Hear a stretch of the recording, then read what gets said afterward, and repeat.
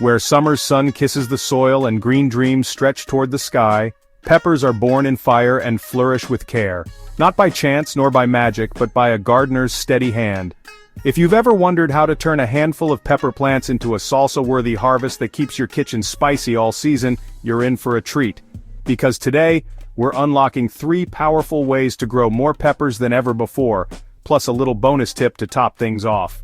So grab your gloves, dust off your watering can, and let's dive into the delicious world of peppers. Support the channel and help us grow. Don't forget to subscribe. To start, let's talk about vertical power, the key to a pepper plant's early success. In the garden months of May and June, your mission is to build height, not for show but for strength. A tall, sturdy plant is a productive plant. And the secret? Nitrogen. Peppers crave nitrogen early in their life to put on that lush, leafy growth that builds the foundation for fruit later on. Organic options like blood meal, worm castings, or fish emulsion are perfect choices. Or a good compost tea can give young pepper plants the boost they need to grow strong, leafy, and ready to produce an abundant harvest. These fertilizer options help set your peppers up for a season full of vibrant growth and heavy fruiting. Alright, now that your peppers are standing tall, let's move on to secret number 2. This one's all about unlocking their full potential. Once your plants are standing tall and proud, it's time to flip the script. If peppers get too much nitrogen for too long, you'll end up with what we call a leafy gym rat. Lots of lush, beautiful foliage, but little to no fruit. That's your cue to shift the fertilizer game in mid to late summer. Bring in phosphorus and potassium, the dynamic duo of flower and fruit production. These are the second and third numbers on your fertilizer label, and they are your best friends from June onward. Phosphorus fuels blooms, while potassium strengthens fruit and overall plant resilience. If you're sticking with organic options, try bone meal or rock phosphate for a flowering boost, and wood ash or banana peels for potassium. Just remember, these natural amendments break down slowly. You want them in the soil and ready to go before the plant starts fruiting heavily. That way, when it's time for peppers to party, your soil's already stocked with the good stuff. Feeling the momentum? Good, because tip number 3 is where we really turn up the heat. Now for the great pepper debate: to top or not to top. That's the garden question that stirs up more chatter than a beehive in bloom. Topping means snipping off the main growing tip of your plant to encourage it to branch out. It's like telling your pepper, don't just grow up, grow out. The result? A bushier plant with more flowering sites and ultimately, more peppers. Sounds like a no-brainer, right? Well, here's the twist. It comes at a cost. After topping, your plant hits the pause button, taking time to regroup before it pushes out new growth. If you're in a warm climate with a long growing season, topping is a total win. Your peppers will bounce back fast and produce like champs. But if you're gardening in a northern zone where summer feels like a blink, it's better to let those plants grow freely and focus on fruiting as soon as possible. So here's the rule of green thumb: long season, top it. Short season, let it grow. Either way, the goal stays the same: more blooms, more branches, more bounty. And just when you thought we were done, here comes the spicy little bonus tip to give your harvest that final boost. Let's move on to watering. Arguably the most overlooked part of pepper care.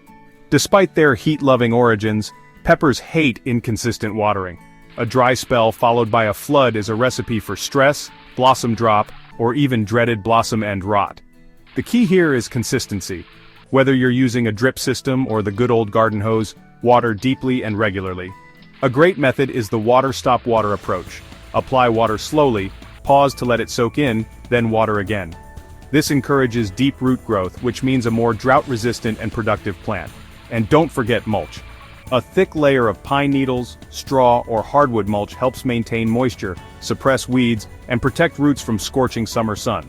Another great tip: as our plants grow, give them little support, because once your pepper plants start producing in earnest, those branches can get heavy and snap under the weight of their own success. That's where tomato cages come in. Yep, those wire wonders aren't just for tomatoes.